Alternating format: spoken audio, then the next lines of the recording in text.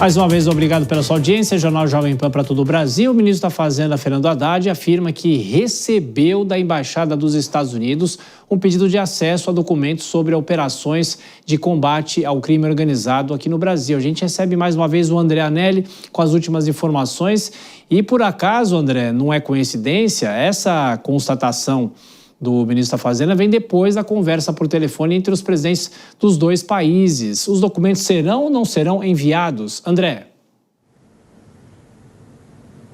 Serão sim, já estão sendo traduzidos, viu, Tiago? O ministro da Fazenda, Fernando Haddad, afirmou que a conversa por telefone entre Lula e Trump sobre cooperação no combate ao crime organizado internacional tornou transnacional as investigações que estão sendo realizadas aqui no país. O ministro afirmou ainda que o crime usa as plataformas para lavagem de dinheiro. E nesse sentido, Haddad revelou que a Embaixada dos Estados Unidos no Brasil solicitou ao governo brasileiro o envio de documentos e informações sobre a atuação do crime em território norte-americano. O ministro disse que vai colaborar com as apurações que envolvem fintechs e as casas de apostas. Nossos maiores problemas, o crime, que usa a plataforma de jogos para lavar dinheiro, nós sabemos disso, e isso vai ter desdobramentos muito rapidamente, como vocês têm acompanhado no noticiário. O crime organizado não deixa de utilizar nenhuma brecha, como é o caso de algumas fintechs, de algumas bets que acabam servindo de veículo para lavagem de dinheiro, ocultação de patrimônio e assim por diante. Então, isso nos preocupa muito. No início da semana, o próprio ministro da Fazenda já havia denunciado que os criminosos usam o estado de Delaware, nos Estados Unidos, como paraíso fiscal para tirar ilegalmente dinheiro do Brasil e depois trazê-lo de volta lavado, geralmente atribuindo a origem desses recursos a fundos de investimentos. Essa foi uma das conclusões após a operação Poço de Lobato, que desarticulou uma ampla quadrilha que se utilizava de evasão de divisas para sonegar impostos e lavar dinheiro no ramo principalmente dos combustíveis. Tiago.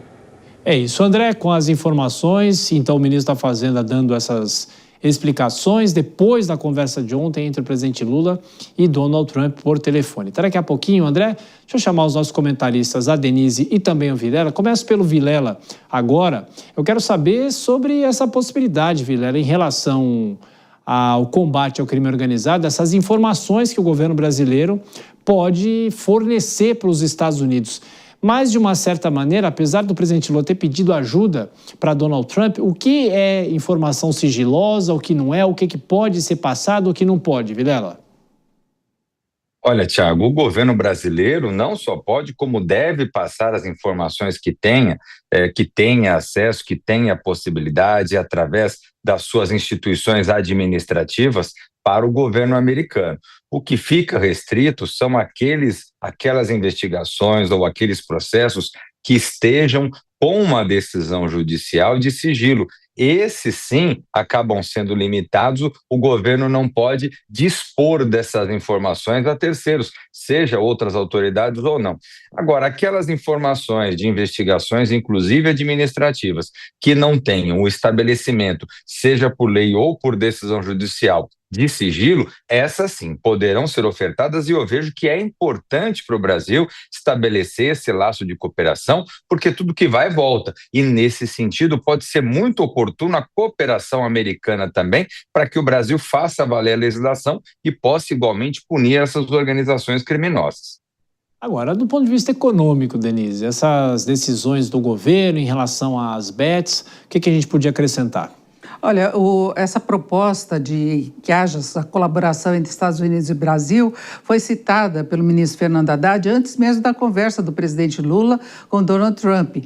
Ele achava importante, a partir da operação, e detectou transações financeiras em Delaware, nos Estados Unidos, que poderiam ter essa colaboração dos Estados Unidos para serem detectadas. Inclusive, o presidente Lula falou que Trump pode ajudar a prender brasileiros que estejam atuando de uma forma irregular lá nos Estados Unidos, permitindo essas transações financeiras ilegais, usando paraísos fiscais, fundos sem que haja o pagamento de tributos, que foram registrados nessas operações. Então, houve transações com os Estados Unidos. Eu acho que pega muito o que Trump tem defendido, que é essa colaboração internacional, o combate, inclusive, também ao tráfico. Ele falou da entrada de armas ilegais aqui no Brasil, vindas dos Estados Unidos, que ajudariam no trabalho das facções. Então, não é uma questão financeira apenas econômica, mas pode haver uma colaboração muito importante entre os dois países, porque sabemos dessas transações financeiras. Não se trata de passar informações sigilosas do Brasil,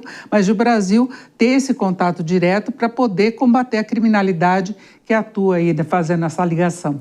E para não perder a chance, de forma breve, o mercado financeiro hoje teve recorde, né, Denise? De novo. E também por causa dos Estados Unidos, sim, de novo. Bolsa de valores, as bolsas animadas de um modo geral, o dólar em baixa novamente aqui no Brasil, a bolsa fechou em alta de 0,42%, bateu novo recorde de pontuação do Ibovespa em 161.766 pontos, teve a colaboração da Vale, que tem um peso relevante na formação do índice, por conta da alta do minério de ferro no exterior. Isso já vem ocorrendo aí nos últimos dias. A Bolsa renovou o recorde, ultrapassando aí um nível que não se imaginava no começo deste ano, diante de todas essas dificuldades que nós temos aqui no Brasil, no campo político, no campo econômico, e as ações do setor também subiram, como é o caso de Usiminas, que subiu mais de 7%.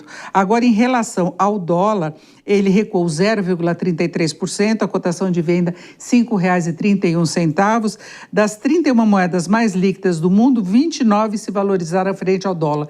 E isso por conta da expectativa de que na semana que vem haja um corte dos juros pelo Federal Reserve lá nos Estados Unidos. Saíram dados piores do mercado de trabalho, da geração de empregos no setor privado nos Estados Unidos. A geração de vagas ficou muito abaixo do que se esperava. Então, isso reforça aquela percepção de que pode haver uma desaceleração da atividade dos Estados Unidos, uma piora do mercado de trabalho, dando mais condições de o Fed reduzir os juros. Isso pode melhorar o fluxo de investimentos para o Brasil, para outros mercados, para bolsas de valores, e o mercado aqui seguiu nesse embalo, Tiago.